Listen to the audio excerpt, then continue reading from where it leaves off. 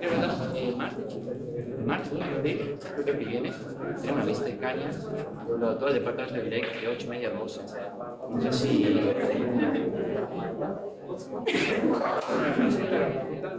Sí, de la facultad. ¿Todos van? Hay un grupo ahí con... Yo voy. ¿Todo bien?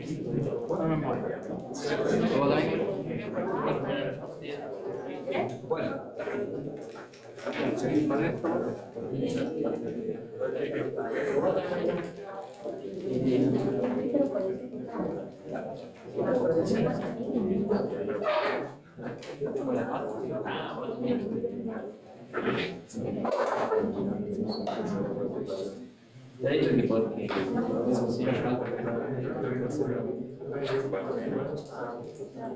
No sé, No lo vi.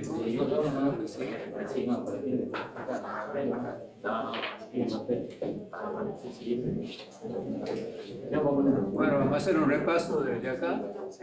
¿Ya están todos? Un poco para iniciar continuar con el tema del listado. Vamos a partir de lo que vimos antes, que era el inicio del muestreo de señales continuas. Habíamos dicho que partíamos de una señal analógica, que estaba definida para todo T, y lo que hacíamos en realidad es capturar muestra cada TS. El TS es lo que denominamos tiempo de muestreo, y se corresponde con el inverso de la frecuencia de muestreo. Estos dos parámetros son fundamentales porque son los que tenemos que definir a la hora de discretizar la señal, basado justamente en las características que tengamos de esta señal. Y esto nos va a llevar a la elección del hardware apropiado. O a la inversa, si tenemos un hardware, en el caso nuestro de la facultad, ahí estamos limitados, digamos, al tipo de señales que podemos adquirir. Pero es importante destacar que si vamos a hacer algo a nivel laboral, a nivel de ingenieros, el orden lógico sería analizar la señal, esta naranja de tiempo continuo, determinar su característica para fijar el TS. Y a partir de ese TS estaremos condicionados a elegir un hardware apropiado. Esa es un poco la idea. Entonces, lo que le decía antes, la señal naranja está definida para todo T. O sea, cualquier instante de tiempo puedo medir un valor en esa señal, tanto positivo como negativo. Ahora, una vez que yo hago el muestreo, este TS, lo que obtengo en realidad son estos valores en verde. Lo que hay entre 0 TS, TS, 2 TS, y etcétera, entonces esos valores no existen. Lo que existen son los valores naranja, verde, en el mundo discreto. La notación que les decía la clase pasada es que para tiempo continuo usamos la variable t, la convencional. En tiempo discreto lo van a encontrar como n al tiempo. Esto significa dos cosas. El orden de la muestra, que está acá, 0, 1, 2, 3, n, o sea, la aparición de cada una de las muestras, y simultáneamente lleva incorporada la información del tiempo, el cual es constante y estable. ¿Por qué se hace esto? Se podría hacer un muestreo variable, pero en tal caso ya tendría que conservar la información de cada instante de tiempo, en qué momento ha ocurrido, lo cual lleva a un problema de sincronismo entre un transmisor, entre un receptor y un transmisor y viceversa, y también significaría un espacio de memoria extra para guardar la información de tu tiempo. En cambio, de este modo, al guardar solo el número de muestra, ya sé la ocurrencia que es n veces el tiempo ts. Por eso es que se escoge ts constante, aparte que simplifica bastante el procesamiento. Acá tenemos un tono puro. Tono puro le denominamos a esta señal sinusoidal, en este caso de 50 Hz, que tiene un periodo, como todos sabemos, y la idea acá, por ejemplo, es una relación de 1.2. O sea, f de s es ligeramente mayor que la frecuencia analógica máxima. La frecuencia analógica, en este caso, es justamente la inversa, no sé dónde vamos, acá, del periodo. 1 sobre t me da la frecuencia analógica. Acá, si ustedes ven, por una cuestión de tomar menos muestras, simplemente hago una relación de 1,2. Entonces estoy tomando o quedándome con estos valores en rojo. Eso habría que ver si es correcto, y si ustedes se fijan, visualmente hay poca similitud entre la señal roja y la analógica. Pero eso no es lo importante. Lo importante viene luego en cuanto a que no tengo que perder información. Por otro lado, le decía en la clase pasada que si tomo la relación de 2, es decir, tomo 2 muestras por periodo, en primer lugar estoy en un mínimo aceptable de señales, de muestras por periodo, pero tiene este inconveniente, ¿ven? De que la señal puede estar en el momento de captura cercana a los cruces por cero. Porque en estos sistemas no se hace un monitoreo del cruce por cero de la señal, simplemente se captura en el momento que se da inicio al conversor, analógico a digital. Entonces, puede ocurrir esto como podría haber ocurrido que tenían suerte y captura a partir del máximo.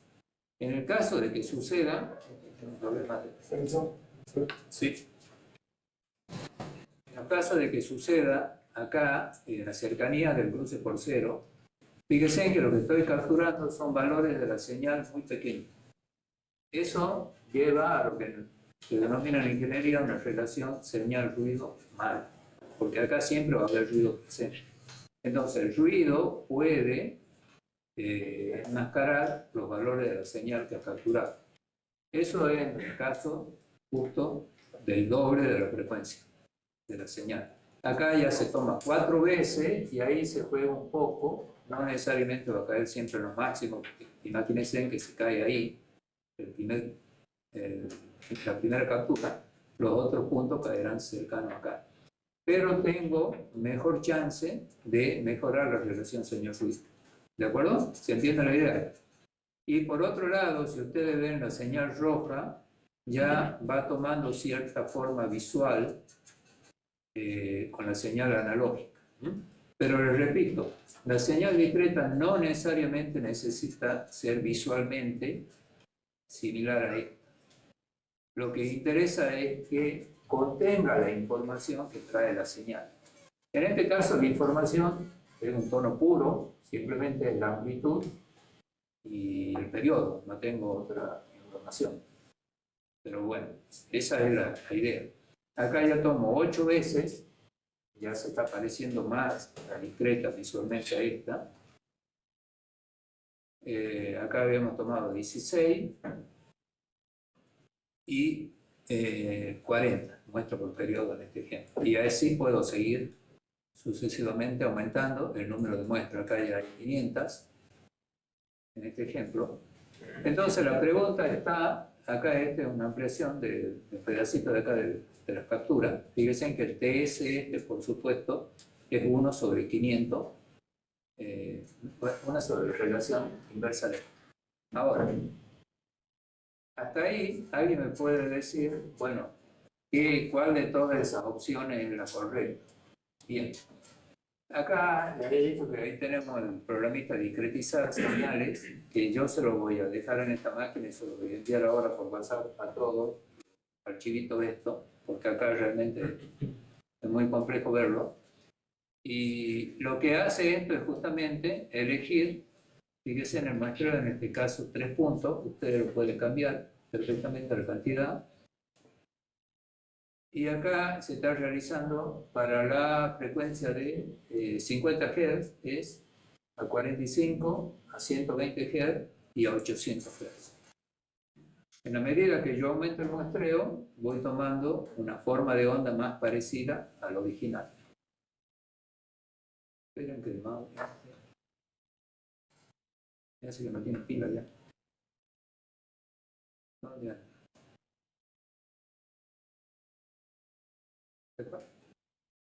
Está en la Sí. ¿En qué otro monitor? Ahí está. Bien. Bueno, analicemos un poquito los resultados obtenidos. Ahí está la gráfica pequeñita. Algo estoy haciendo mal, pero se va el... Ahí. Bueno, esta gráfica y la anterior la pongo de referencia nomás. Fíjese lo que un poco el análisis. A mayor frecuencia de muestreo, o sea, el TS es más chico, se obtiene mayor cantidad de muestras discretas que representan a la señal original de tiempo continuo. Esa sería la conclusión. A mayor cantidad de muestras también se requiere de un mayor espacio de memoria en el sistema digital, porque tengo más muestras adquiridas. Mayor velocidad de procesamiento y mayor consumo de energía.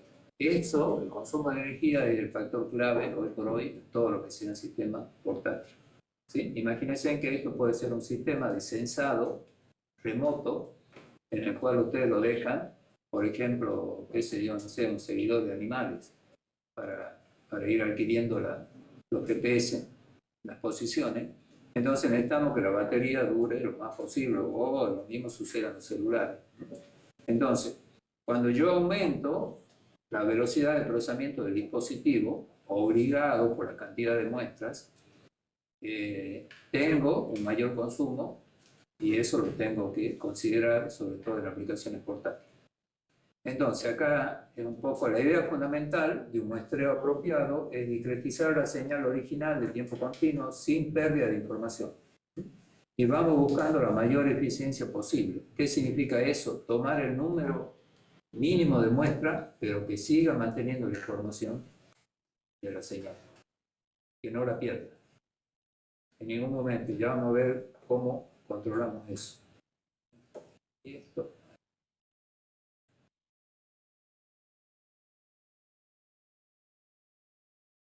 ¿Sí? Para ello es que nosotros tenemos que utilizar el análisis de frecuencia. El análisis de frecuencia es importante porque es lo que me da la información que no me está brindando la forma de onda. Entonces ustedes recuerden, en este caso, teníamos T y B de T. Esa es la onda que estamos tomando de referencia en el tiempo. Lo que me interesa ahora es saber cuál es la distribución en el plano de frecuencia de las componentes que forman esta onda. Esas componentes son las componentes referidas a Fourier.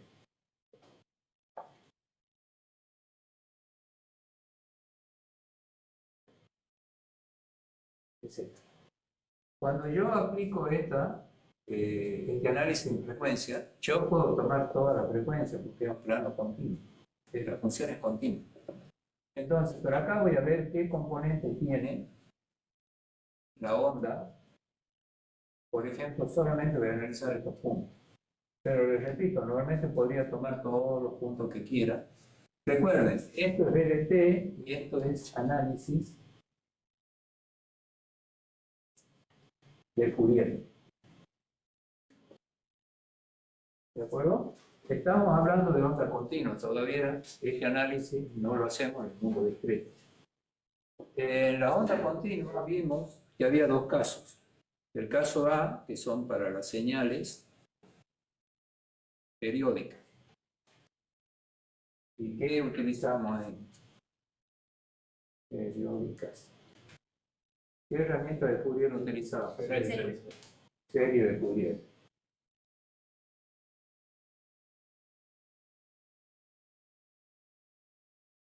O sea, vamos a representar B de T por su valor medio más una sumatoria de n igual a 1 de a sub n, término T, más otra sumatoria de n igual a 1 de n, ¿de qué?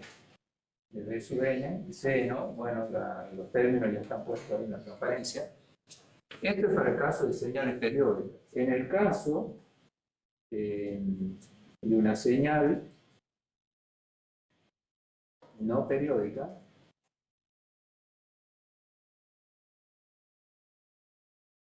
¿Sí? ¿Qué utilizaremos? Transformada de Fourier.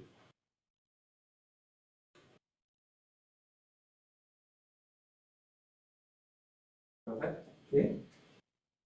La de arriba sería de potencia y la de abajo de energía, ¿verdad? Claro. Esto es lo que llamamos una señal de energía. Y esto es una señal de potencia. Esto, señal de energía, recuerden que se usa así, pero en realidad es de energía finita. ¿Por qué? Porque tiene una energía y muere. Entrega eso y muere. Esto yo le había puesto de ejemplo, por ejemplo, un capacitor cargado y un LED. Tomar el LED. Acá. ¿Sí? Esto es un capacitor C, entonces lo descarga y muere. O como un circuito de receso de un capacitor. Una vez que entrega la energía, bueno, desaparece. En cambio, esta es justamente las señales de potencia, son las señales periódicas que permanentemente están entregando potencia justamente al trabajo, pueden realizar ese trabajo. ¿Por qué? Porque poseen energía suficiente. Bueno, en conclusión, estoy haciendo un análisis de la señal en forma de serie o en forma de transformada de Fourier. En el caso de la transformada de Fourier voy a tener una función f de omega. Esa función f de omega, fíjense que lo que está transformando es la señal en el tiempo, una función en el tiempo b de t en una función f de omega. Ese omega es continuo, o sea, yo puedo tomar todos los puntos que quiero. Normalmente se visualizan unos cuantos puntos, porque si no. En el caso del tono puro que estamos analizando, debería dar que si yo tengo un tono puro, la transformada de Fourier, ¿qué me daría? Una sola barra. Una sola barra justamente ubicada en el punto de la frecuencia f de a coincidente con 1 sobre t de a. Esto tiene una amplitud. La altura de esta barrita, acá ya estamos en energía, la altura de esta barrita es proporcional a la amplitud de la onda. Cuanto mayor es la onda, la amplitud, quiere decir que mayor energía tiene y esta barrita crecerá. Cualquier onda, ya sabemos, compuesta por varias componentes, yo la puedo descomponer en esta serie de Fourier. Y cada uno de esos términos me va a aportar un nivel de energía, que yo lo tengo que visualizar de algún modo. ¿Estamos de acuerdo? Esto es previo a digitalizar. ¿Cómo hago eso? Si tengo la disponibilidad de la señal en forma de archivo, algún respaldo ASCII o en algún formato, le puedo aplicar en el mundo discreto, pero bueno, ya la tengo. Analicemos el caso donde no tengo nada, por ejemplo, la señal de red, y me piden capturarla, digitalizarla. ¿Qué harían? ¿Cómo haríamos? Bueno, ahí tenemos que acudir a un analizador de espectro. ¿Ya han laburado con eso? ¿Con analizador de espectro? Supongo que sí. No. Bueno, si ustedes ven el osciloscopio, vemos la forma de onda. En el analizador de espectro es una función que trae, que comúnmente se llama FFT. Y ahí ahora vamos a ver, lo que visualizamos es justamente esto de la onda. Y para eso vamos a ver cuál es el ancho de banda. Eso es lo que nos interesa. ¿Cuál es la máxima? Y fíjense en otro detalle que yo les comentaba. En este tipo de señal, fíjense que la componente armónica, a medida que aumenta la frecuencia, ¿qué sucede? Acá le puse más o menos qué es lo que sucede con el componente, la energía. Va decreciendo. Va decreciendo. Eso se llaman funciones acotadas en bandas. ¿Por qué? Porque si la energía de estos sigue subiendo, nunca hay un límite para la frecuencia. Por lo tanto, cada vez voy a tener un sistema digital de mayor exigencia para capturarla. En la mayoría de los casos vamos a trabajar con este tipo de señales, porque las otras simplemente no podemos adquirir. Entonces, el punto 1 de esa transparencia es donde dice que realizamos un análisis comparativo de la respuesta en frecuencia en ambos planos, ¿sí? Continuo y discreto, a fin de detectar e inferir si existe pérdida de información de la señal muestreada. Eso una vez que ya lo hicimos. Si el muestreo fue correcto, si logramos muestrar la señal, ambas señales deben contener las mismas componentes de frecuencia, es decir, la información se conserva. O sea, si yo hago el espectro de esa señal en tiempo continuo y lo veo en un analizador de espectro, porque lo conecté a la red, por ejemplo, apropiadamente, veo su espectro. Cuando yo la digitalice, tendría que ver el mismo espectro en la señal discreta. Si no lo tengo, es porque hubo una distorsión en frecuencia, lo cual se tiene que reflejar en la forma de onda. Ustedes tengan claro que hay una unicidad entre la forma de onda y la componente espectral. Si yo cambio acá, cambia acá, y viceversa. Si yo suspendo allá una frecuencia F2, por ejemplo, en este gráfico de acá, del espectro, ¿qué va a suceder con la onda BDT? Inmediatamente tiene que cambiar, porque le falta esa componente. ¿Lo ven? Eso también es una herramienta válida para filtrar señales. O sea, yo puedo eliminar la componente de energía de F2 y ya no estará presente acá. Obviamente a la salida de mi sistema de tiempo discreto. Bueno, ahora, ¿qué es lo que sucede? En el plano discreto se utiliza la FFT. Eso se denomina así por el nombre Fast Fourier Transform, que es un algoritmo. Ustedes que son expertos en algoritmos, esto acá es un algoritmo y se llama así. FFT la van a encontrar en cualquier software de computación. Python lo tiene, MATLAB lo tiene, y cualquier lenguaje. Ustedes pueden programar esto, es una forma algorítmica. ¿Pero de qué? De esto que le llamamos DFT, Discreta Fourier Transformada. ¿Qué es lo que es eso?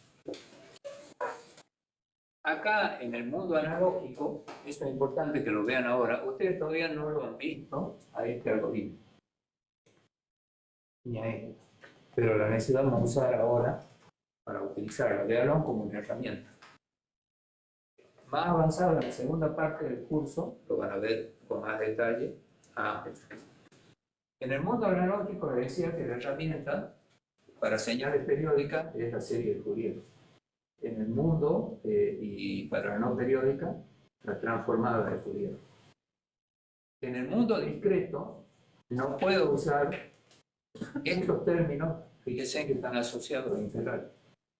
Si ustedes recuerdan, la serie de Fourier, esto está asociado a un integral y esto es un integral.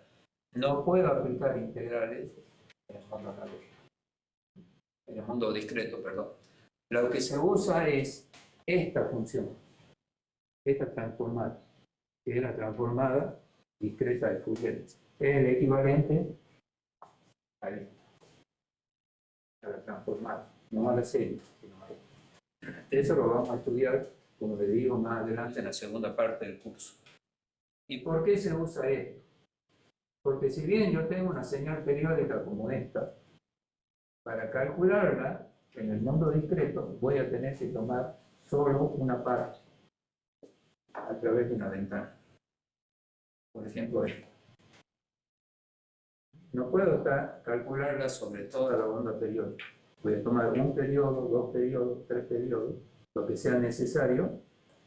Y eso es lo que he capturado en mi sistema discreto, la línea roja. A esto le aplico la DFT.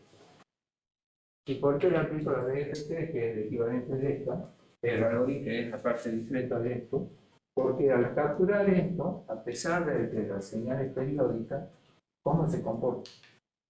Como una señal no periódica. En el mundo, ¿entienden? ¿O no? ¿A lo que me refiero? Ustedes como que toman una foto de esta señal que es periódica y la llevan al dispositivo discreto. Al tomar esa foto, capturar una parte de la señal, no más de eso. Para el mundo discreto, esta señal dejó de ser periódica. Pasó a ser técnica. podría ser. ¿Lo ven? Entonces, no puedo usar la serie, no hay una versión de serie en el mundo discreto. Esto en el mundo discreto se llama DFT. Y es una forma de aproximar esta función del mundo analógico al mundo discreto. Ahora, ¿qué sucede? La DFT es imposible de realizarla en forma eficiente en un sistema digital. ¿Por qué? Porque es, digamos, requiere de muchos cálculos, de mucho procesamiento de ondas seno, de ondas coseno, de componentes. Todo eso lleva a que se inventó este algoritmo, FFT, que en realidad es una forma rápida de hacer esto. Y, en definitiva, la forma rápida de hacer esto. ¿Estamos de acuerdo? A nivel conceptual, vean así ustedes, todavía, les repito, no hemos estudiado la DFT y mucho menos la FFT. Pero esto no es que sea otra cosa, es la implementación computacional de el sistema. Entonces, fíjense lo que dice acá, la DFT es la operación equivalente a la transformada de Fourier analógica, la de abajo, en el plano discreto. Y su implementación es el algoritmo de FFT. Bueno, acá les aclaro que lo vamos a estudiar más adelante. Pero ahora lo tenemos que utilizar. Bueno, al disponer de la FFT para una señal de captura, yo puedo ver su espectro en el mundo discreto y compararlo con el espectro del mundo analógico. Si el muestreo fue correcto, ambos espectros deberían ser. ¿Cómo deberían ser los espectros? El digital, el discreto, digamos, con el analógico. Igual, tendrían que ser la misma componente de frecuencia. Más allá de algún factor de amplitud, porque hay amplificadores en el medio, etc., a la hora de adquirirlo. Pero, un poco para que ustedes se imaginen, la historia sería, bueno, ya lo veo correcto el espectro, entonces empiezo a bajar la frecuencia de muestreo hasta que note que me empiezan a faltar frecuencia en el mundo discreto. O sea, que el ancho de banda de acá faltan componentes, acá faltan componentes. Entonces ahí tengo que aumentar la frecuencia del muestreo. Este era el programita en Python, que ya después está en la máquina esa, lo pueden tomar, pero ya se lo envío si quieren por WhatsApp, y ustedes lo prueban. ¿Perfecto? Sí. ¿Y qué depende de cuántos periodos tomamos de la señal para hacerla de energía? Claro, por eso es lo que tenemos que llegar ahora con el diagrama. Vamos viéndolo, digamos, el por qué. Entonces acá, esta herramienta, que acá la deben tener como FFT de acá abajo, tengo un problema con el tema, seguro que es lo que para mí que le falta pila. Pero bueno, esta es la FFT. Si ustedes ven esta FFT, que es el algoritmo que, repito de nuevo, calcula eso, acá está tomando 4024 muestras. ¿Muestra de qué? Bueno, muestra de la señal discretizada. Y con eso hace el algoritmo. No puede hacer con una muestra. Los valores normalmente se los toma binarios. 4, 8, 16, 32, 64, etc. Cuando más puntos tenga, mayor va a ser la resolución, o sea, en frecuencia. Es mejor, pero obviamente mayor es el tiempo de cálculo porque aumenta terriblemente la cantidad de cálculo que tiene que hacer el algoritmo para calcular la FFT. Pero fíjense que ahí está la clave, ahí le está diciendo que está trabajando sobre 4024 muestras, que es una versión binaria para hacer. En el caso del Python es este, ¿ven? Fíjense en X discreta, X discreta es la señal y la va a utilizar de esa señal para realizar 4024 puntos de la FFT. Bueno, lo demás es esto, graficar y punto. Y ahí va a graficar el módulo. No se grafica el valor. Hay mucho tema en esto, pero cuando yo hago la FFT obtengo un número complejo. O sea, obtengo parte real y parte imaginaria. Lo que me interesa es el módulo. El módulo está asociado a la energía, que es lo que se representa ahí, por eso está en la barrita. De todas maneras, les repito, esto lo van a estudiar con más detalle, lo van a entender mejor cuando llegue el momento. Ahora es una herramienta, es una función que se llama así, FFT, y me permite ver el espectro. Pero para verlo el espectro tienen que calcular el módulo, o sea, la parte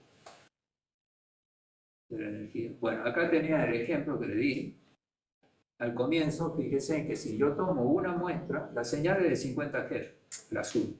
Esa es la señal que quiero capturar, tono puro. Si yo tomo una señal, una muestra por periodo, un poquito más, 1,1 creo, no sé, un poco por acá dice 1,1 creo que era. La frecuencia de muestreo es 45 Hz, o sea, por debajo de la frecuencia de la señal. Por eso estoy tomando casi una muestra pasando un periodo. Este es el espectro. Fíjense en los 50 Hz, no llego a ver, pero andan por acá mucho más adelante. La verde es el espectro de la señal discreta, la que me da la FFT. Ya estoy en el mundo discreto. Si yo veo ese espectro, esta señal tiene un periodo, una frecuencia de 50 Hz. Este espectro no tiene nada que ver, el verde primero, acá, con la señal original y su espectro. O sea que es incorrecto. ¿Lo ven? ¿Lo notan o no? ¿La idea? La señal es de 50 Hz, el azul. Entonces, lo que me está diciendo esto es que si yo tomo una muestra de 1,1 más o menos, porque estoy haciendo muestra de 45 Hz por debajo de la frecuencia de la señal, ni llego, ahí me están tocando 30 Hz. Ve que me está dando información falsa en frecuencia. Esa es la señal adquirida del espectro. Tener una sola barrita en 50 Más allá de la sola barrita tiene que tener energía concentrada alrededor de los 50 Hz, la señal discreta. La cantidad de barritas va a representar de la visualización que yo le dé y de la forma en que lo trabajo. Pero decíamos esto, si esta señal tiene este espectro, este es el espectro analógico, la señal que yo he adquirido en el micro está correctamente adquirida, tiene que tener el mismo espectro. Acá ni loco lo tiene, porque el que acaba muriendo ya, ¿no? 20. Y la señal es de 50. ¿Estamos de acuerdo? Acá cuando tomo ya 120 Hz, que es un poquito más del doble de 50, la señal es de 50 del azul, y yo estoy duplicando y un poquito más, 120 Hz, ahí yo veo el espectro. Fíjense que ahí está la energía, en 50 Hz. O sea que ahí ya la empezó a reconocer como de 50 Hz. Ahí yo ya podría parar para mis fines porque ya veo que el espectro está ahí. Sigo, acá ya está tomada 800 Hz, la cantidad de muestra que tiene. Fíjense en cómo la energía se concentra ya notoriamente sobre los 50 Hz. Y si sigo aumentando, mejor todavía. ¿Lo ven? Pero, a los fines prácticos, acá yo ya puedo decir que lo he reconocido como una señal de 50 Hz. Y si lo he reconocido como una señal de 50 Hz, quiere decir que conserva la información. ¿Por qué? Porque él lee que la señal azul de entrada, que yo he capturado, en el mundo digital también tiene un espectro de 50 Hz. Acá. Más allá, fíjese, en la forma del azul es esta. Esto es lo que veríamos en el osciloscopio. La forma que yo tengo, si yo la muestro en la pantalla de una placa de la EUCIA, le pongo la pantallita, o la que sea, yo vería estos palitos. Eso es todo lo que tendría que graficar. ¿Y eso a usted le parece que es representativo? No. Pero sin embargo sirve. ¿Por qué sirve? Porque contiene información. Ese es otro detalle. Si yo lo que quiero es capturar la señal para mostrarle, supongamos una señal de ECG, a un médico, dice, mira, esto es lo que le está pasando en el corazón, he hecho un ejemplo de algo. No les voy a mostrar esa barrita. Me va a coser. A él le va a interesar que lo que vea sea lo más parecido al azul. Para que doy a la señal real la que está capturando. ¿Lo ven? Entonces ahí voy a tener que hacer algo así, ¿ven? Que acá ya se parece más. O interpolar en el gráfico y unir, pero si yo uno estos dos puntos, ¿qué voy a ver? Esto, esto, esto, esto, esto, esto, que no se parecen nada a la onda cero. ¿Lo ven? Sí. Lo verde acá de la derecha es equivalente a lo que estamos haciendo allá con la tablita y el análisis de Fourier. Claro, pero en el mundo discreto, ese es el espectro de la señal. A ver, vamos acá. Fíjense. Esto es muy importante, es el tema fundamental para que puedan. Fíjense, en ese ejemplo, esto es el tiempo y esto es DT, ¿verdad? Este es el tono. Que tiene un periodo TA igual a 1 sobre TA. ¿Estamos de acuerdo? Recuerden, omega A, todo analógico, es 2pi por quién? Por FA. Es un poco la relación entre clases. Si yo le hago el espectro a esta, que es analógica, tengo que graficar FI y DF.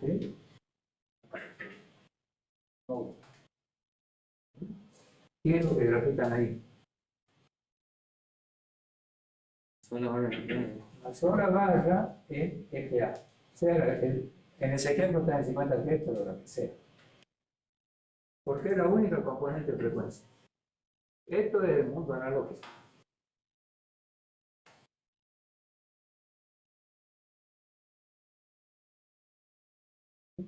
Cuando de acá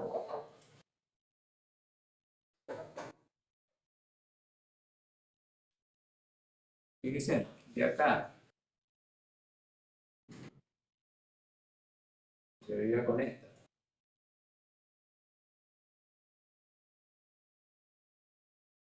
Esta es la que yo estoy ingresando a mi microprocesador. ¿Estamos de acuerdo? Quiero que veamos la clase pasada. ¿A través de qué? De un conversor analógico a digital. Para obtener qué? DLE. Va a ser obvio. ¿Lo ven? Entonces, cuando hago eso, ¿qué tengo acá?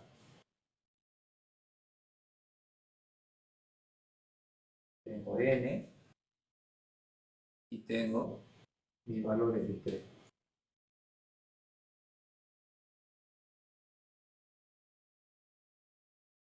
¿Lo ven? Eso es lo que tengo acá.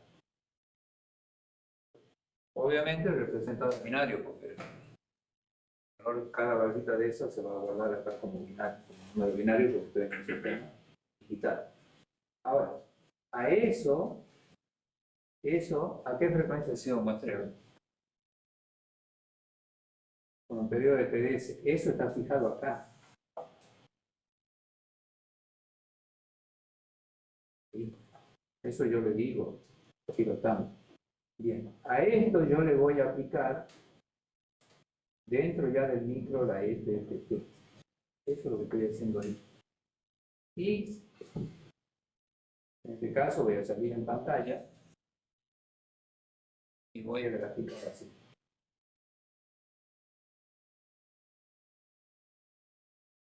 ¿Lo ven?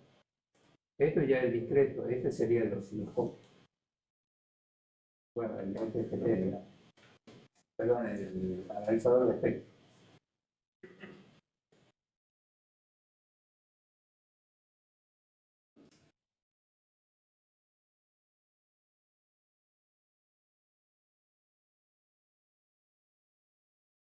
¿Lo ves? Señal analógica, su espectro en el equipo, mundo real, mundo analógico. Lo que hice acá es tomar esta señal con el conversor analógico digital a TS segundos Una vez que la tengo acá dentro del micro, en formato binario, le aplico el algoritmo FFT. ¿Para qué? Para ver qué. Acá yo lo he aplicado así, pero esta es frecuencia. Acá solamente vería esto. ¿En qué valor? En FA, porque lo tengo que conservar. ¿No se debería mostrar algo así? Bueno, O sea, como si fuera una onda continua, pero capaz todo Depende. en cero y haya un pico en... por eso, depende de esto, de lo que te estoy mostrando, ese valor central ahí. En la práctica, cuando yo hago la FFT, me entrega todos estos valores. Eso depende del número de muestras.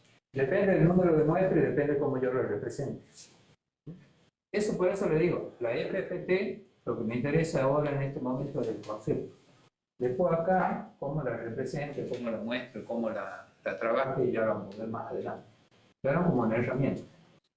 Lo que tenemos que apuntar ahora es que si la señal ha sido bien muestrada, su espectro tiene que ser equivalente al mundo analógico, a lo que vería conectando un aparato a un analizador y lo que vería en pantalla si lo muestro acá.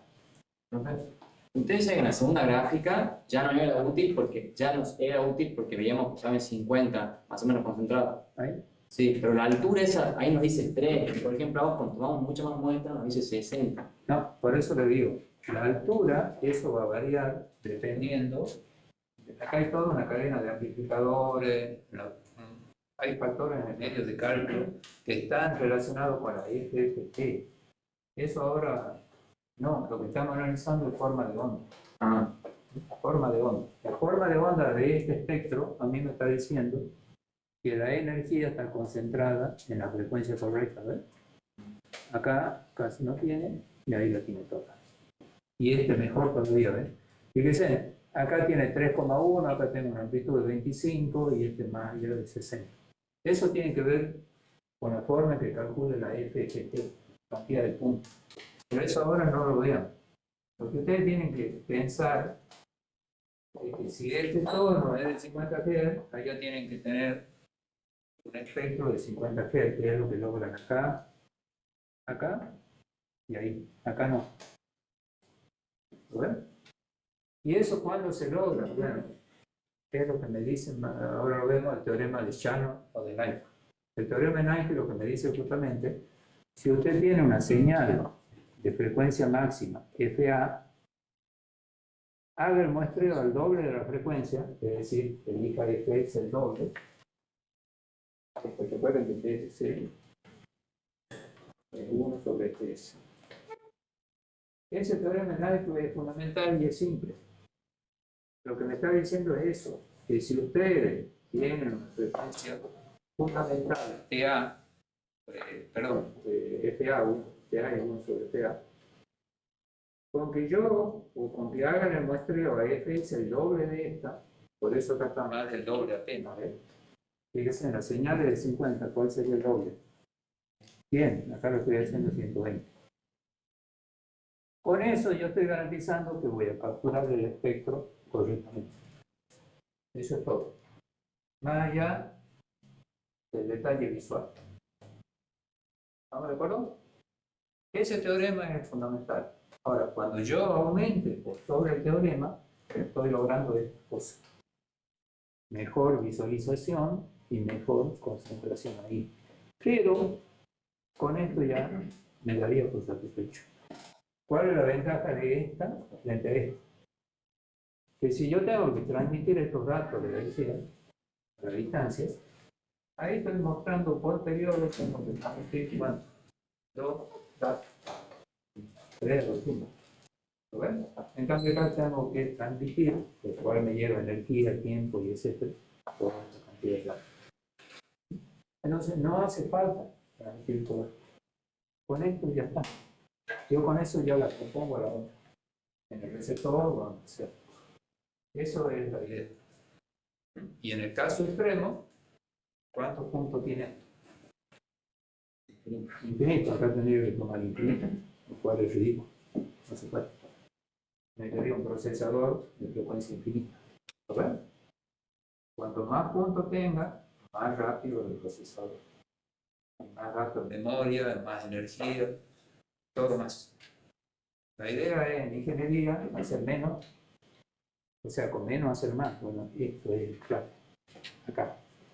Salvo que, les repito a ustedes lo que quieran, por ejemplo, es adquirirle la señal y mostrarla en pantalla para que alguien la vea.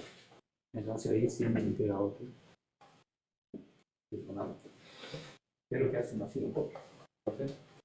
Al médico, por ejemplo, no le importa esta onda, ¿verdad? No ve eso. Sí, seguramente no lo va a ver. Eso es un tema de ingeniería nuestro, de saber que la señal la estamos adquiriendo bien. Él lo que va a analizar es otra cosa que ya ahora lo veo.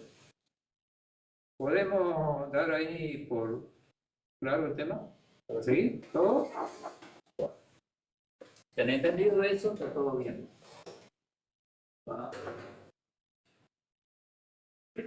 Y ahí, ese es el análisis. Ese es lo que le acabo de explicar. Un valor grande de T sub S conlleva a adquirir poca muestra. Recuerden la inversa, TS y FS. TS grande, ¿qué significa? FS chico. TS chico, FS grande.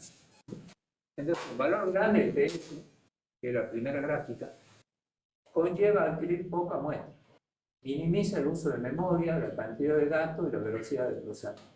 O sea, está genial. Pero se puede observar que hay pérdida de información, como se ve en el plano de frecuencia en la primera gráfica. Ahí. ¿Por qué? Porque veo otra cosa. No me sirve. Un valor pequeño de TS lleva a adquirir muchas más muestras.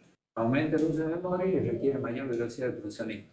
Se puede observar la equivalencia correcta en el contexto de frecuencias tercera y cuarta gráfica, que son estas, las de abajo. Eso es aumento a EPS o uso un TS más pequeño. Con valores intermedios, cercano al doble de lo que le decía que era la gráfica esta, el doble del periodo fundamental de la señal continua, la información se conserva correctamente en el plano de frecuencia. O sea que yo con eso ya me daría por satisfecho.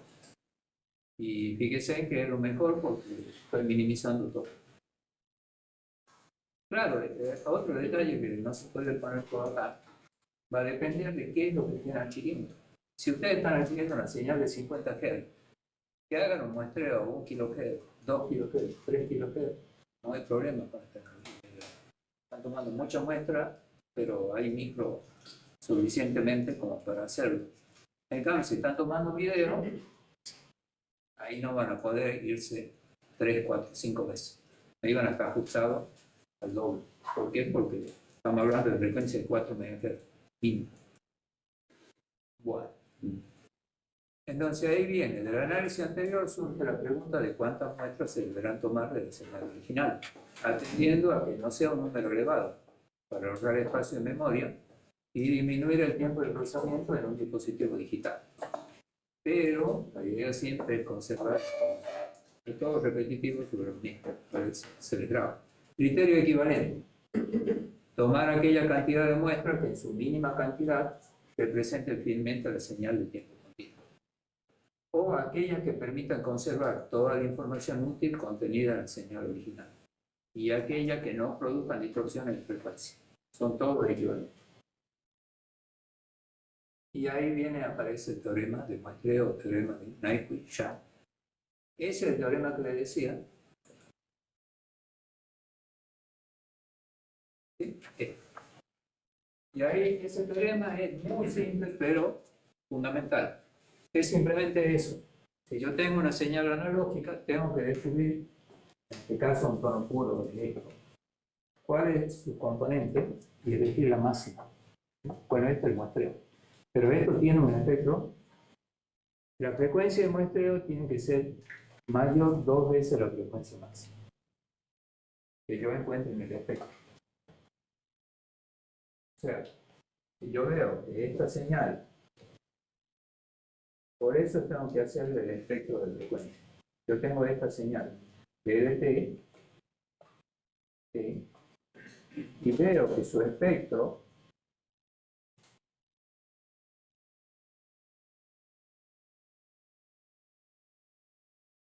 todo analógico, todavía no lo discreticé, por ejemplo, es este.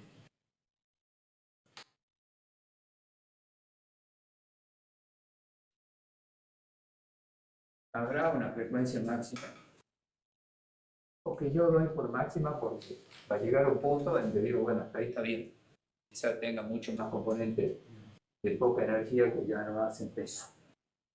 ¿De acuerdo? Esta es la que voy a utilizar para hacer f de s mayor o igual que 2 veces que f a máximo. ¿Lo ven? Por eso necesito hacer el espectro, para saber qué componente armónico tiene, cuál es la máxima. Con esa máxima yo elijo 2 veces o más y ya me estoy asegurando que va a suceder lo de la segunda gráfica. Allá cuando veíamos. Ese es el teorema de Maxwell. Y fíjense, ahora lo definamos formalmente, establece que si B de t es una señal de tiempo continuo y tiene un contenido de frecuencia limitado en banda, ¿qué significa eso? Que la energía va muriendo, ¿eh? Si no, no lo podría, nunca voy a tener una frecuencia máxima. Con el valor máximo f a máximo, entonces es posible realizar el muestreo cada ts de esa señal analógica si se cumple con eso. Eso es todo el teorema. El teorema se llama de Nyquist o de Shannon o de muestreo. Tenga cuidado porque en comunicaciones hay un teorema equivalente que está relacionado que se llama el de la tasa de densidad de bit, que también es criterio de Nyquist, que es cuánto bit puedo mandar por un canal. Eso está relacionado, pero no es eso. Acá en el contexto de la asignatura me dice cuántas muestras tengo que tomar. Metodología para su aplicación. Utilizar la herramienta de Fourier, obviamente en el mundo analógico, para determinar el ancho de banda de la señal analógica. La gráfica 2. Alternativamente, en la práctica, utilizar un analizador de espectro para analizar la señal continua muestral. Lo tengo que conocer al espectro. Y establecer la frecuencia de muestreo que cumpla con el criterio de Nyquist en un factor de 3 o mayor. No 2. ¿Saben por qué no 2? Con 2 me garantiza que sí, pero es por eso lo que les decía antes. Acá, si yo con 2 cumplo con Nyquist, que es el caso este, ¿ves? Pero pueden ocurrir estas cosas raras.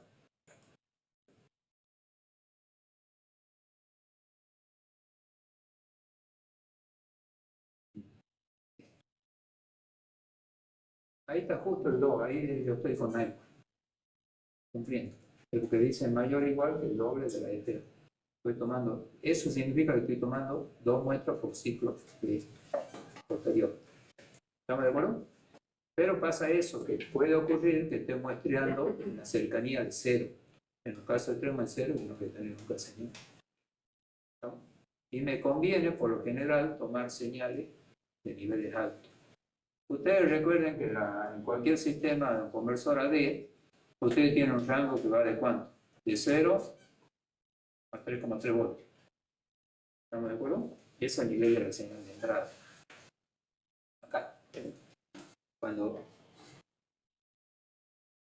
ustedes hacen esto,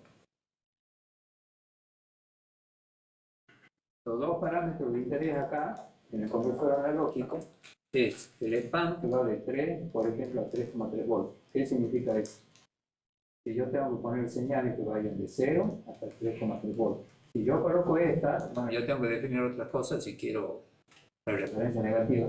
Normalmente lo que se hace es agregar una señal de continua para que esta señal valga entre 0 y 3,3. Y esto queda reemplazada, cosa que haga esto. El valor máximo, o sea que acá le tengo que sumar la mitad.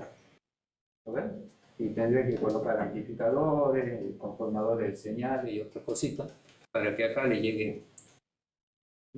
Con Nyquist yo ya sé cuánto va a valer ETS. Dice mayor o igual que 2 ya. Pero me tengo que asegurar que no pase de justo la captura cuando va por ahí o acá. Por eso se toma normalmente en la práctica f de s se le dice mayor o igual que 3 o 4 veces FA. ¿Estamos de acuerdo?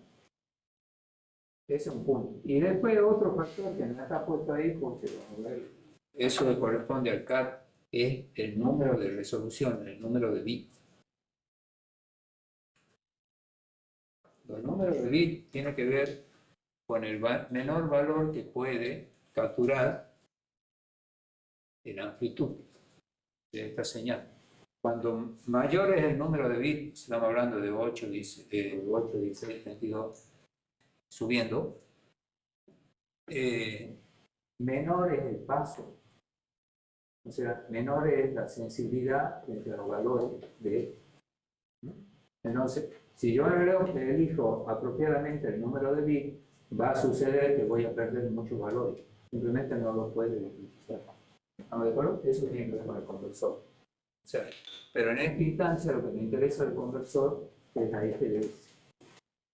Y la señal tendrá que llegar adecuadamente para que no le envíe valores negativos en condiciones normales. Si yo le envío valores negativos, internamente pasan cosas electrónicas y lo que o van a ver que empieza a sobrecalentar. Eso es una particularidad.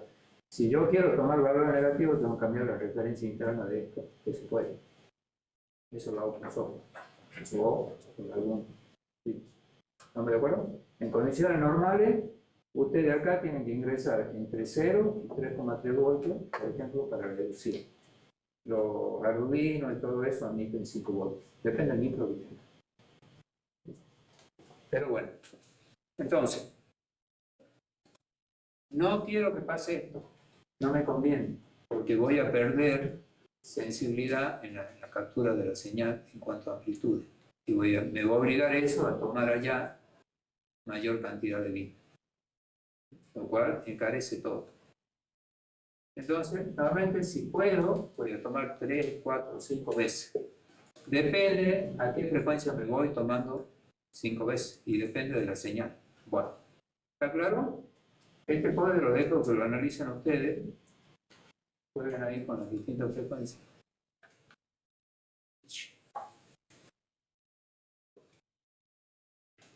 Bueno, esto es lo que les decía. A ver si ¿te aparece? Me parece. Ahí va. Bueno, ahí estamos con el efecto. Ese es el análisis. Ese es el teorema. Recuerden eso, si ven algo de densidad de bit, de Nyquist, otra cosa. Eso tiene que ver con la transmisión de canal en comunicación. Entonces, quizá eso lo han visto de Schreier, de algo así. Porque tiene que ver con dar un canal con la mayor o menor tasa de bits que ustedes pueden enviar. Eso también interviene en ahí. Bueno, ahora vamos, ¿cómo lo aplico al teorema este? Fíjense, dice, utilizar la herramienta de Fourier según el tipo de señal para determinar el ancho de banda de la señal. Ya lo conozco. Alternativamente, en la práctica, utilizar un analizador de efectos para analizar la señal continua a muestrear. Eso es electrónica, equipamiento de laboratorio. Y luego establecer la frecuencia de muestreo que cumpla con el criterio de Nyquist con un factor de muestreo mayor si fuese posible, dependiendo de qué tan grande sea el ancho de banda de la señal analógica. Es lo que les digo, si las señales de video no se van a hacer los locos de decir como 5 veces, porque estoy hablando mínimo 4 MHz por 5, 20 MHz de frecuencia de muestreo, lo cual quiere decir que el micro va a estar trabajando a frecuencia de video. Por eso están las placas de video. Bueno, veamos el caso de estudio este. Consideren, fíjense, ese es un poco lo que acabamos de ver. Consideremos una señal sinusoidal de periodo t, pero ahora le vamos a agregar componente armónico de distintas frecuencias, limitando el valor de la armónica superior a un valor dado, f máximo. Un valor dado. Visualizaremos el efecto de la forma de onda de las componentes sobre la onda fundamental en relación a su amplitud y a continuación va la estimulación. Para que vean.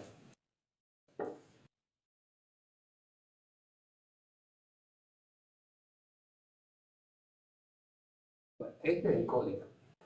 Este código, también se lo paso, básicamente es formar la señal armónica. En este caso, fíjense que acá en verde, donde está la línea en verde, ustedes pueden cambiar los números de términos. Y acá tienen la señal, con ustedes lo van a poder analizar el código. No quiero detenerme en el código, pero vamos a los resultados. Todo eso sigue el código, pero ya se lo doy en el archivo. Todo lo demás es graficar, calcular la FFT. No sé si este mouse.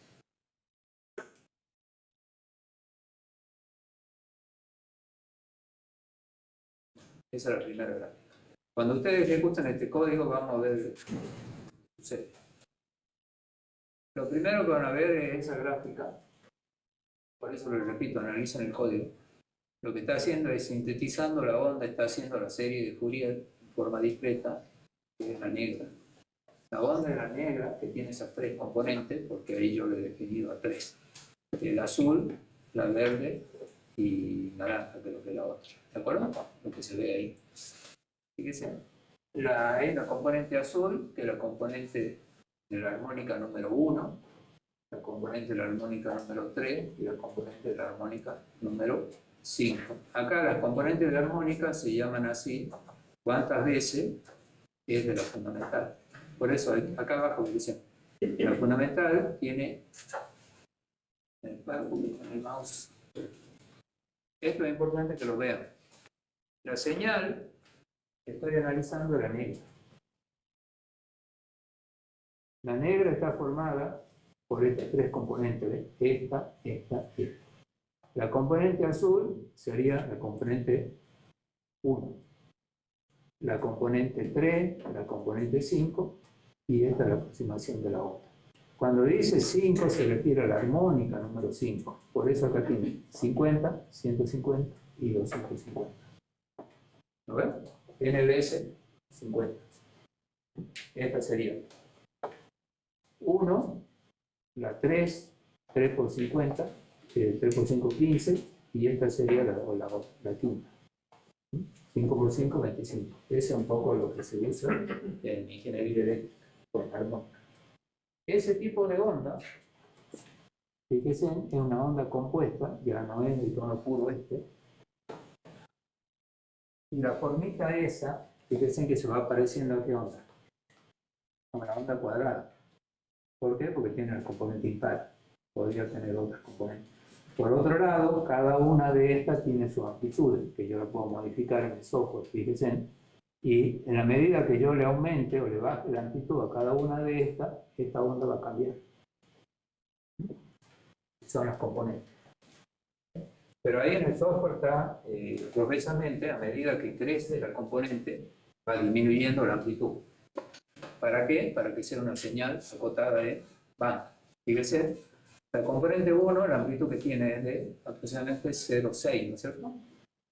La componente 3, que es la de 150 Hz, que sería la que viene acá en el espectro, ¿qué amplitud tiene? La naranja. Tiene aproximadamente 0,25, una cosa así. Después lo vemos en el código. Pero eso lo puedo cambiar. Por eso lo digo. Y después tiene la verde, que es mucho más chiquita. Eso es lo que sucede en la realidad. Por eso lo he puesto así. La suerte es que a medida que aumenta la frecuencia, la amplitud de la onda va disminuyendo, va muriendo. Es una señal limitada en banda. ¿Estamos de acuerdo? Porque esto sería como una serie de Fourier, pero de 3 términos. Claro, es eso. Esto es lo que sucede con la señal de red. Si yo le pongo la señal de red, tendría que ver cuál, idealmente. La red eléctrica, ¿no? No la señal de red de comunicación. La red, ahí, la azul. Sí, yo tendría que ver la de azul, que es de 50 Hz, que es un tono puro.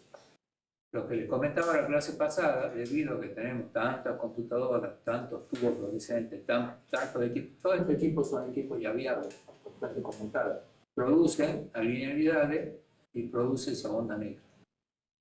En este caso, digamos, la simulación está cortado en la onda de 250. Normalmente, si yo trajera un equipo acá, que es lo que hace un ingeniero eléctrico, capaz que ven hasta la armónica número 20, 25. Estamos hablando de 3 kHz para arriba. Ya con muy poca energía, pero todo eso ocasionado por estos equipamientos electrónicos. Si no, debería tener esto. Me imagino que esto es lo que se veía allá en 1900 y pico, cuando no había computadora, no había nada de eso. Azul. Hoy no.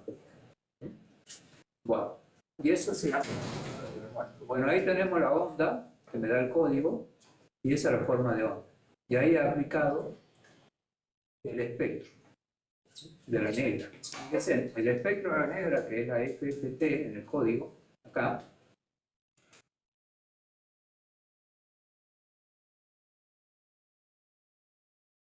¿qué hace ahí?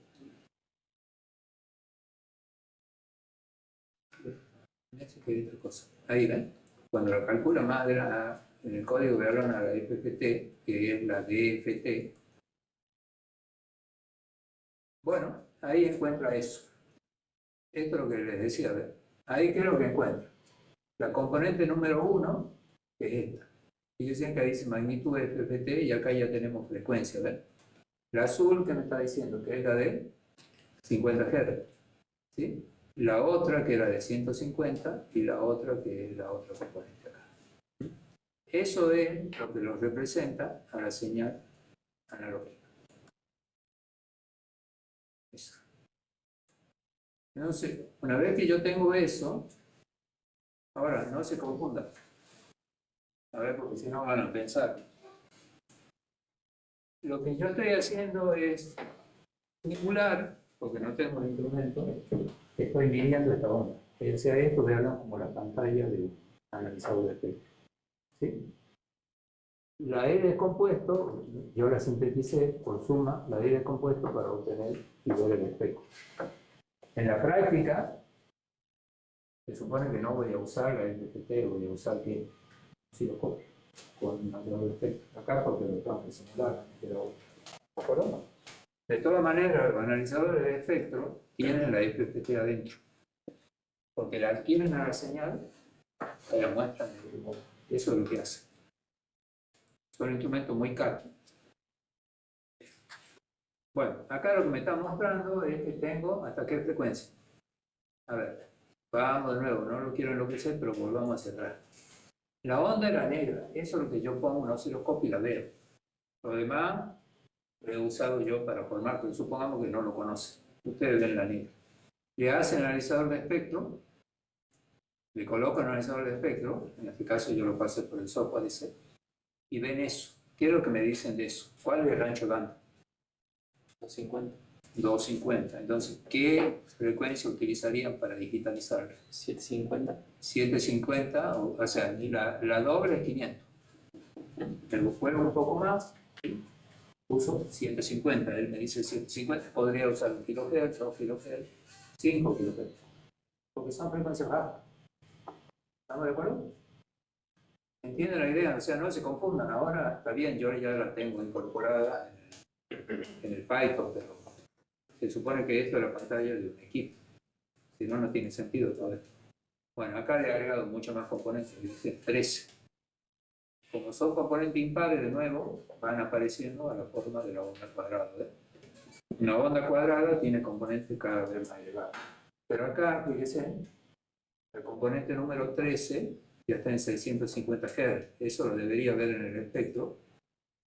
Ahí. Pero, como astutamente han sido incorporadas las componentes cada vez con amplitud menor, la señal va muriendo en energía. O sea, es una señal acotada en banda. Y acá ya tendría, para muestrarla, que tomar cuánto. 800. Fíjense que 650, el doble, ¿cuánto es? 1300. Ahí podría tomar 1500, 1800, 2000 de frecuencia de muestreo. ¿Estamos de acuerdo?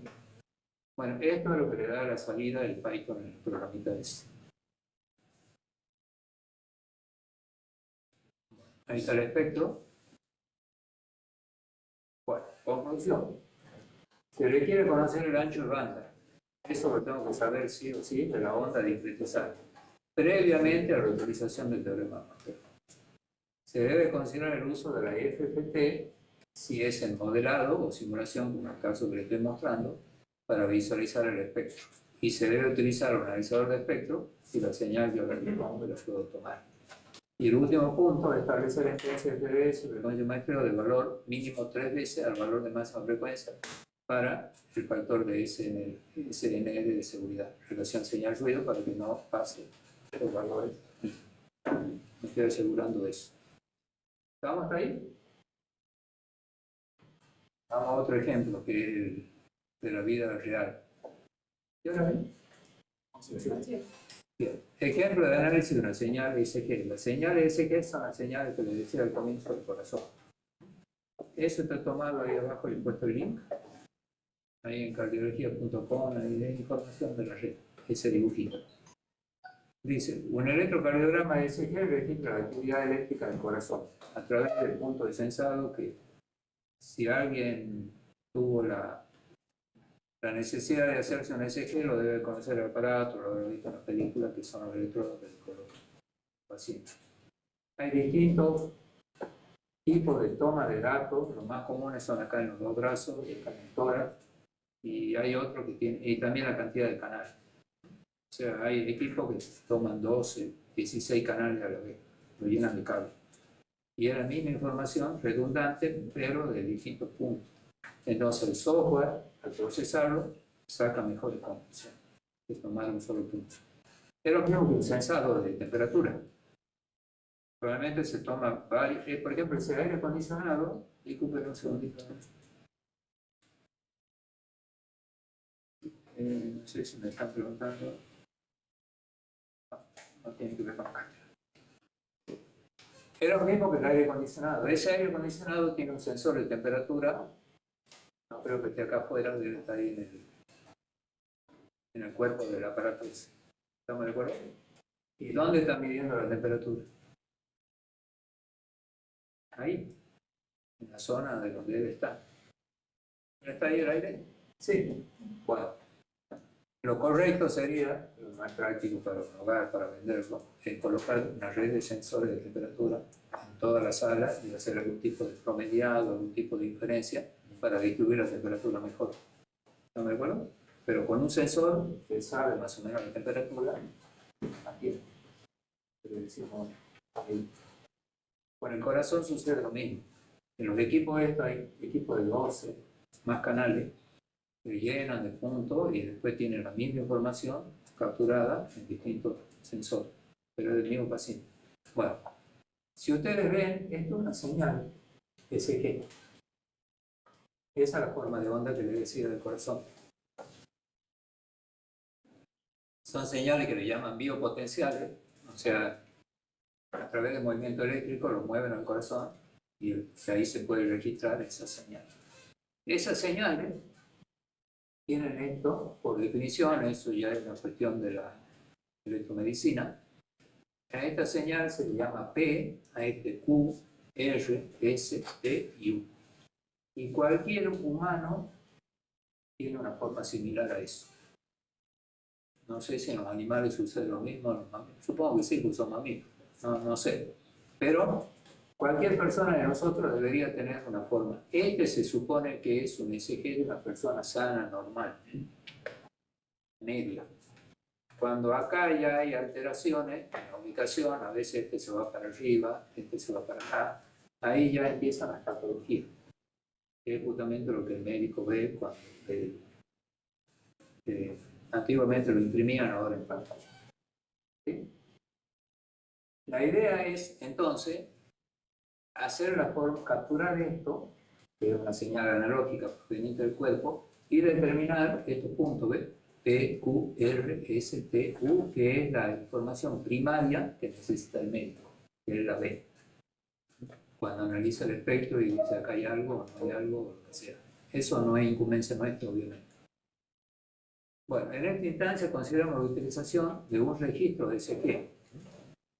ahí en el archivito que le estoy dando esa forma de onda de tres señales del mismo paciente, o sea, de 3 canales. Después les paso otro. En formato ASCII, ¿qué significa formato ASCII? Bueno, ustedes lo saben, pero es que hay una primera columna que es el tiempo, la segunda columna el valor y la frecuencia de muestreo con la cual fue capturado, que ya vamos a ver que es baja, es de 500 Hz. O sea, cada puntito de esto, ustedes saben, da un punto, el tiempo y el valor. Tiempo y valor. Bueno, eso está en el archivo TXT. Y ustedes lo disponen ahí. Porque no vamos a estar ahora adquiriendo una señal. Ahí en el laboratorio está el equipo que han hecho los alumnos con proyecto final. Anda bastante bien, pero bueno, ahora en la clase vamos simplemente a usar ese registro que ya está en el formato ASCII. La idea es leerlo en Python a ese archivito y visualizarlo y hacer el analizador de texto, la FFT. Las señales que le estoy pasando es esta vez, del canal 0, canal 1 y canal 2 del mismo paciente. No es que sea otro, tomada en distintos puntos del cuerpo. Corresponde al mismo paciente y fueron adquiridas en distintos puntos de sensado a FDS de 500 Hz. Fíjense que es una frecuencia baja. Y ahora vamos a utilizar el código, igual que antes, para visualizarlo y realizar la FFT, que es el algoritmo del espectro digital. Acá, lo único que ustedes tienen que tener cuidado es donde lo pongan al archivo y que viene el path. En mi caso es R, esto es para, ya saben para qué es la R, ¿no? ¿O no? Bueno, la R es para que no tome los códigos eso como código de ¿cómo se llama esto?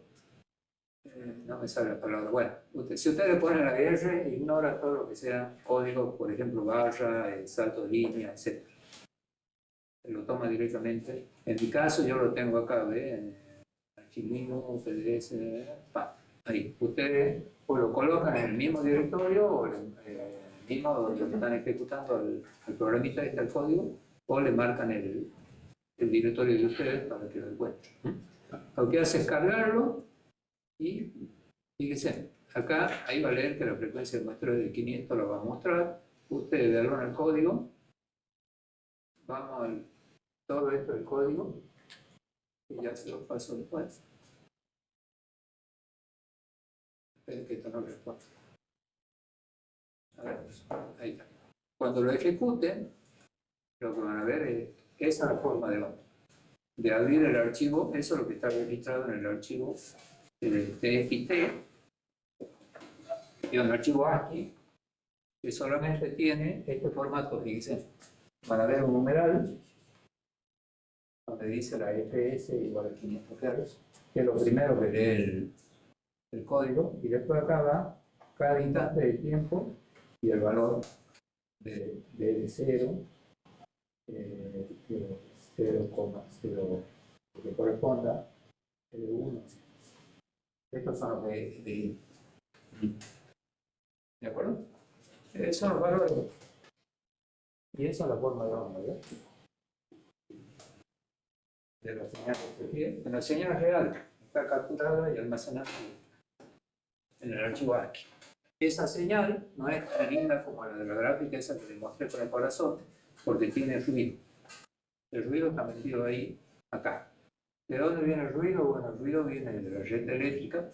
Recuerden que todo este equipo de SG, todo esto, tiene una aislación que es óptica, que es porque está conectado al paciente y si lo van a conectar a la red, puede haber una red eléctrica, puede haber un problema de seguridad. Pero todos tienen cumple con normas de seguridad, tienen un acoplamiento, pero siempre se induce. O sea, lo que le quiero decir es que eléctricamente están separados de la red eléctrica. No debería tener ruido eléctrico, pero lo tiene porque nosotros somos como una antena que captamos todas las radiaciones que hay. Y eso, si bien el equipo lo minimiza, siempre se cuela algo acá. Entonces, para procesarlo hay que colocar filtros digitales y todo eso, que es la idea de la materia. Pero ahora lo estamos viendo así. Ya lo tenemos ahí como si lo hubiéramos tomado nosotros con los sensores. Esa es la forma de onda. Y tiene tiempo de demora en responder, parece. Y ahí está. A ver, déjenme que vea. En serio. Demora. Esta es la forma de onda temporal y este es el espectro del canal 0, el archivito que levanté, de un canal. Y fíjense en lo que ven ahí. Díganme cuál es la máxima frecuencia que ven. Eso es la realidad, es una señal real, ya no es como aquella. ¿Qué frecuencia dirían ustedes que es la máxima? En ese espectro. ¿Ah?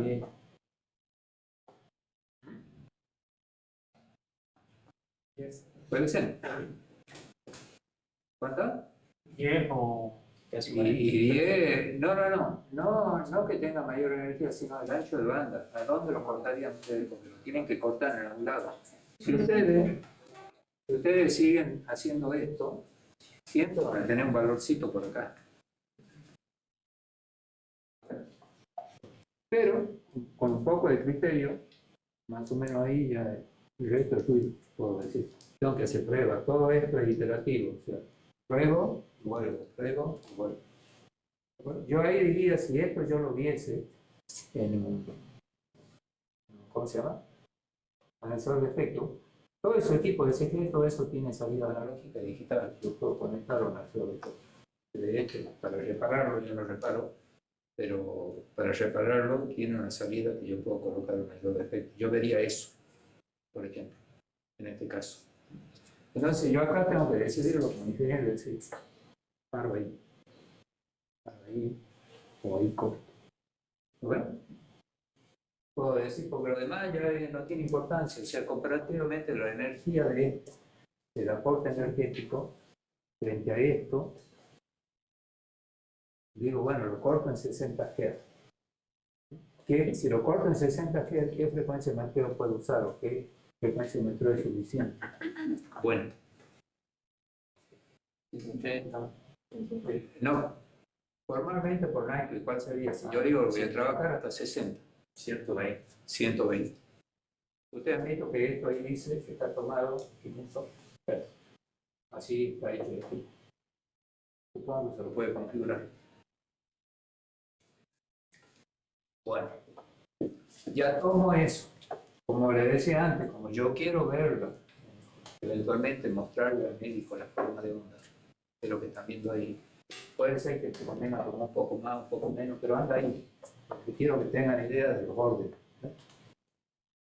Ese es un sensor de un canal. Bueno, tengo eso y ya con eso ya podría decir que si yo corto en 60 Hz, más o menos conservo la energía completa del espectro de la señal SG y me sirve. Si después no me es suficiente, bueno, aumento el ancho de banda.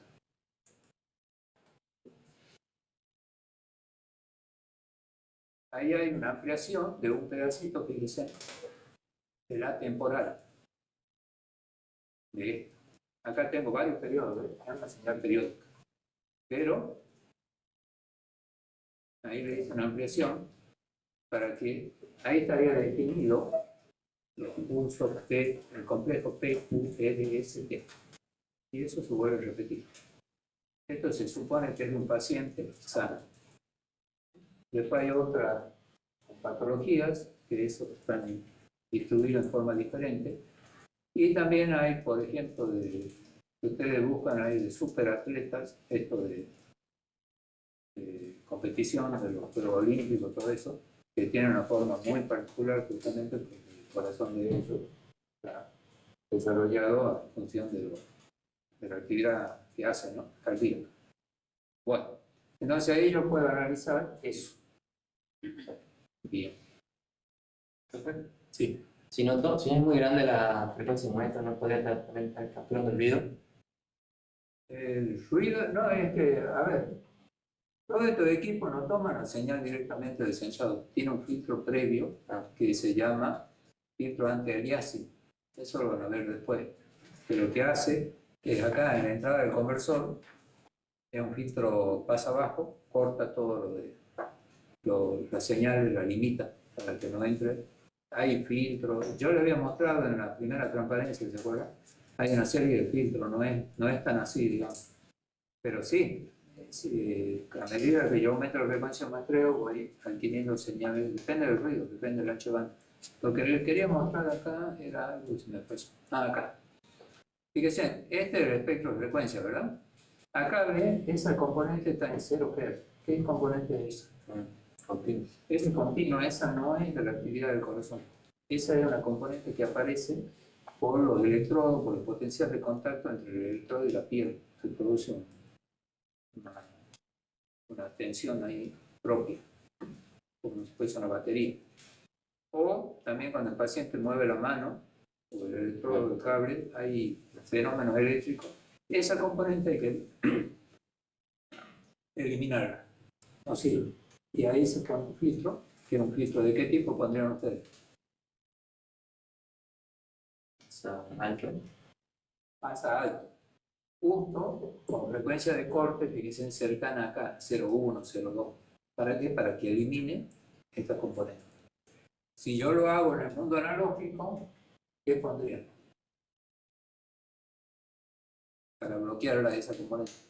Un capacitor. Un capacitor, saca la continua y chao. Pero si yo lo voy a hacer en el mundo digital, tengo que poner un filtro digital pasa alto, perdón, para que deje pasar de acá a acá. Y acá al final voy a poner un filtro que pasa bajo, para matar todo lo que siga después. Y quedarme entonces con este ancho de banda. ¿Lo ven? Eventualmente acá puede haber energía de 50 Hz, que acá no se nota, ¿ves? No hay. También podría poner un filtro atenúa banda en 50 Hz para eliminarlo. Bueno, todas esas cositas las vamos viendo después. Bueno, ampliando eso, yo veo acá tengo dos periodos, veo hasta tengo dos periodos, o sea que acá un periodo dura un segundo, ¿ves? El periodo de esta señal. ¿Qué frecuencia tiene la fundamental de esta onda? Un hertz. Ahí anda el hertz. Y ahí tienen los picos. Bueno, era el zoom. Y acá tenemos un zoom de la frecuencia, justamente. Es el mismo gráfico, nada más que está mostrado entre 0 y 40, ¿ves? Tengo ahí, en 50, bueno, no lo estoy mostrando, y ese es el nivel de continuo. Fíjense que tiene una amplitud relativa de 400 frente a esta, que es la primera información útil en el espectro, que vale ¿cuánto? 150. ¿Lo ven? Entonces, esto me está enmascarando todo esto, relativamente. Por eso hay que eliminarla, no me sirve. Otra cosa que le quería mostrar en el código. Está puesto acá. Sí. Esto, con la forma que yo le estoy mostrando, estoy usando barritas, justamente para no unir los puntos, para que se noten los puntos específicos de frecuencia. Esa es la forma esta del matplot, que es bar. Y esto es el ancho de la barrita. Ustedes pueden cambiar eso o pueden dibujar el plot clásico para que haga la unión de puntos y visualicen un efecto continuo. ¿De acuerdo? Porque recuerden, la FFT, aún en el mundo discreto, es una función continua de frecuencia. La señal es discreta, o sea, yo puedo coger cualquier frecuencia. Nada más que me conviene mostrar solamente los puntos que quiero. Todo va a depender del análisis que quieran hacer. Pero acá ustedes pueden cambiar el plot, en lugar de barra usen el plot convencional. Y acá con esto le fijan el valor de la barra. Por eso lo que se ve así.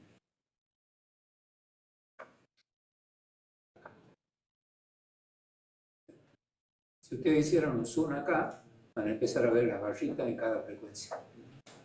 Como la ven acá, ¿ves? No sé hasta cuánto se puede bajar el ancho. Donde tiene un límite, no sé. ¿Pueden con eso? Bueno, ese es el espectro del canal 0. Esa es la conclusión. Las gráficas del señal temporal brindan información entonces sobre la forma de onda de distribución de los complejos PQST y toda la distribución. Eso yo lo veo en el plano temporal, que es la figurita. Pero tengo que hacer el espectro para ver otra información que son las componentes. Ahí veo, por ejemplo, en este ejemplo particular, y para la mayoría de las señales SG, más o menos andan ahí, el ancho de banda está entre 80 y 100 Hz. 100 Hz ya es excesivo. O sea que con frecuencia de 200 Hz de muestreo, ando bien para arriba. También debe notarse la presencia del continuo que les decía que el potencial S. Al final termino repitiendo lo que está acá porque me adelanto, pero bueno, es eso. Y también se pueden apreciar fluido eléctrico inducido por la red eléctrica, que es mínimo en este caso. Y acá viene un práctico, utilizando este código, esto les pido que lo hagan ustedes, el código este, de ALOM, este, y va a estar disponible también. En lugar de señales SG, la idea es que ustedes ¿sí? usen ese código de LSG, data gráfico de FFT, a ver si es ese, ponemos el color.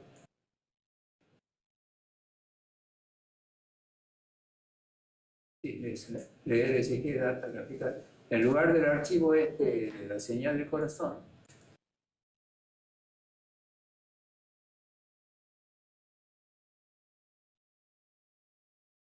lo que se le está pidiendo es que adquieran señales de voz, de las 5 vocales. A, E, I, O, U. Eso ustedes lo adquieren cualquier archivo WAP, lo que quieran. Y la idea es que tomen de niños, de mujeres, de varones, de personas más ancianas. ¿Para qué? Para que noten cómo es la distribución en la forma de onda, que sería similar, no similar, sino de la forma que estamos viendo la SG, y el espectro de frecuencia de cada una de las vocales, A, E, I, U. El formato con que ustedes, una vez que la han capturado la señal, la tienen que guardar en un archivo similar a este, es el formato que les decía. Ahí pongan ustedes acá la frecuencia de muestreo. La tienen que escribir así para que el archivo, el código lo levante correctamente. En la primera columna guarden los tiempos y en la segunda la adquisición del valor. Y el audio, ustedes lo van a considerar para las señales de voz para que seamos coherentes con lo que se usa en telefonía normal, no más allá de 3 kHz. Entonces, si ya sabemos eso, ¿qué frecuencia de muestreo utilizaría? 6.000, 9.000. 6.000, 9.000, en realidad se usa 8.000 por normativa. Ahora, en el equipo que lo toman, por ejemplo en el celular, normalmente por defecto creo que viene para vos 44.000, digamos, el capturador, pero ahí ustedes lo pueden cambiar. O sea, hay un paso previo que ustedes lo tienen que hacer, que es grabar A, E, I, O, U en un archivo WAV, convertirlo a ASCII y llevarlo a este formato. Si no lo pueden hacer, después me avisan en el lugar. Pero creo que ustedes programando lo van a hacer. Bueno, todo eso lo pueden hacer en Python perfectamente. Y una vez que tienen este archivo, levantan esto en el código este, así como yo levanté el SG, levantan eso, esa es la idea. Y en base a eso, ustedes van a visualizar la forma de onda y el efecto. ¿Y qué es lo que tienen que hacer? Establecer el primer análisis, el punto A, realizar un análisis comparativo de los resultados obtenidos para el caso de vocales pronunciadas por niños, jóvenes y adultos. 2 o 3 casos, no 5.000. ¿Para qué? Para que ustedes vean cómo, cuando yo digo A, decimos A, E, I, O, U, la forma de onda se mantiene más o menos con la particularidad de cada persona. Esta no, pero la forma de la letra A es tal, la forma de la letra A. Creo que la tenía acá, ¿verdad? ¿Me acuerdo? Y ahora saqué.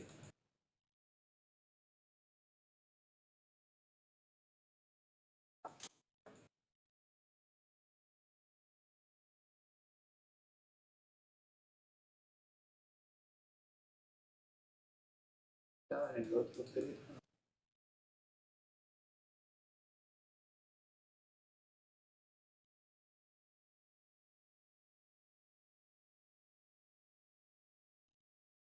Estaba en la otra transparencia. De todas maneras, fíjense,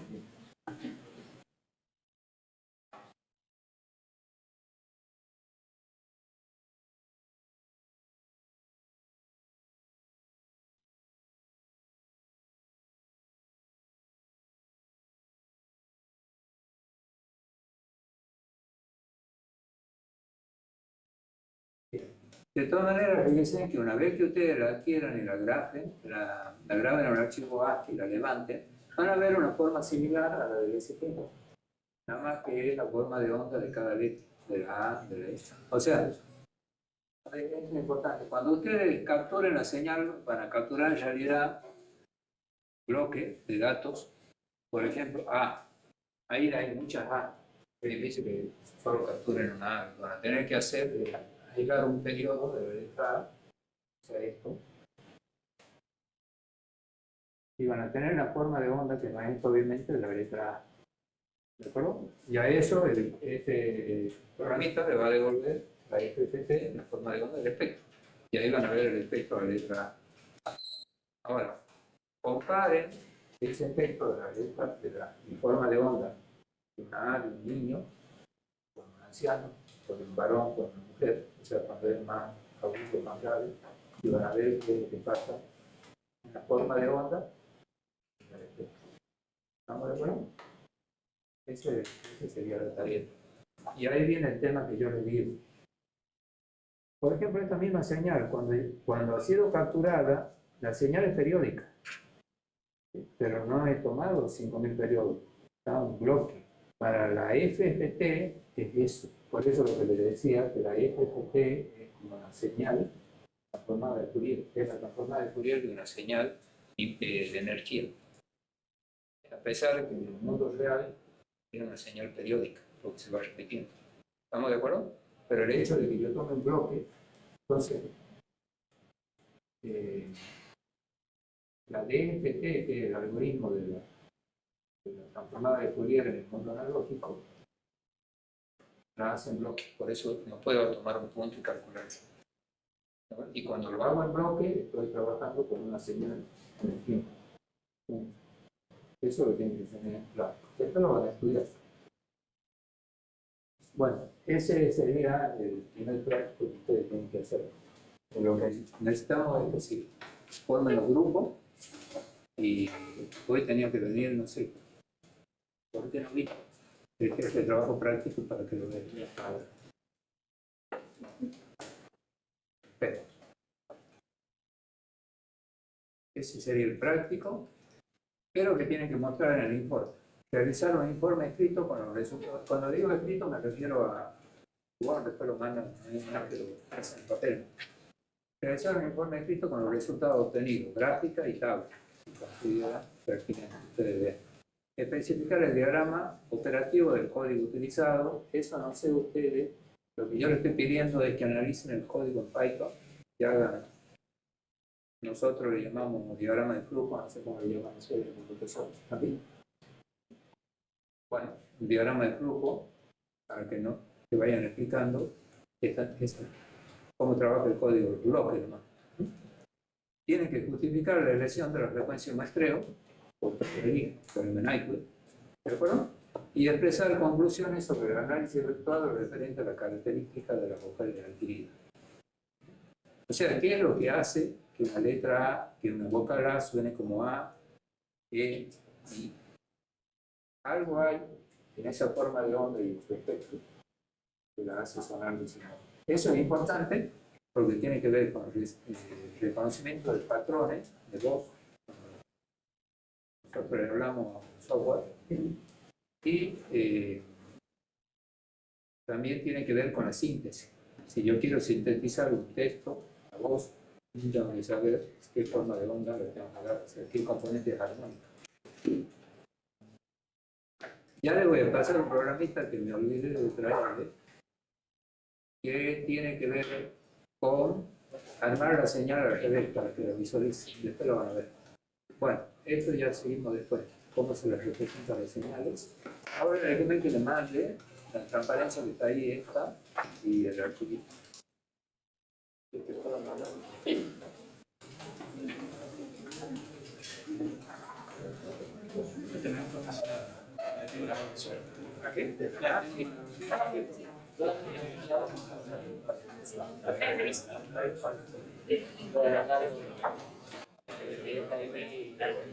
Something